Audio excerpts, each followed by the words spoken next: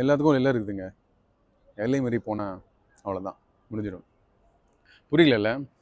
ஒரு எக்ஸ்பிளைன் பண்ணலாம். நம்ம எல்லாரும் இப்போ ஒரு இமேஜினேஷனுக்குள்ள போகலாம். ஜஸ்ட்டு கண்ணை மூடி இமேஜின் பண்ணி பாருங்கள். நம்ம எல்லாம் ஒரு போட்டில் போயிட்டுருக்கோம். திடீர்னு நம்ம ஏசப்பாவும் நம்ம கூட இருக்கிறாரு. திடீர்னு அந்த போட்டு உடஞ்சிடுது.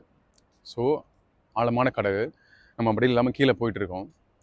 போக போக போக கடலோட ஆழமும் ரொம்ப ஜாஸ்தியாக இருக்குது. போக போக இருட்டும் ஆயிரும். ஸோ எத்தனை பேரோட கையை வந்து உங்கள் கையை பிடிச்சிருக்கணும் நீங்கள் நினைக்கிறீங்க?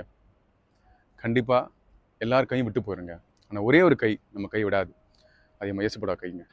அந்த கடல் கூட ஒரு அளவுக்கு தாங்க நம்ம உடம்பு வச்சுக்க முடியும். அவ்வளோதாங்க. அவ்வளோதான் நம்ம பிரச்சனையே.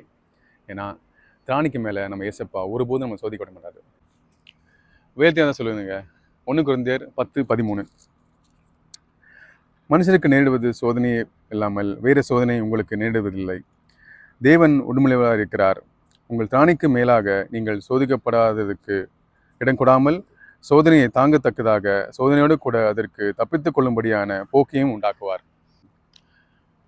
ஸோ பயப்படாதீங்க. அந்த எல்லையை தாண்டி அந்த பிரச்சனையால் போகவே முடியாதுங்க. So thank you. Jesus loves you.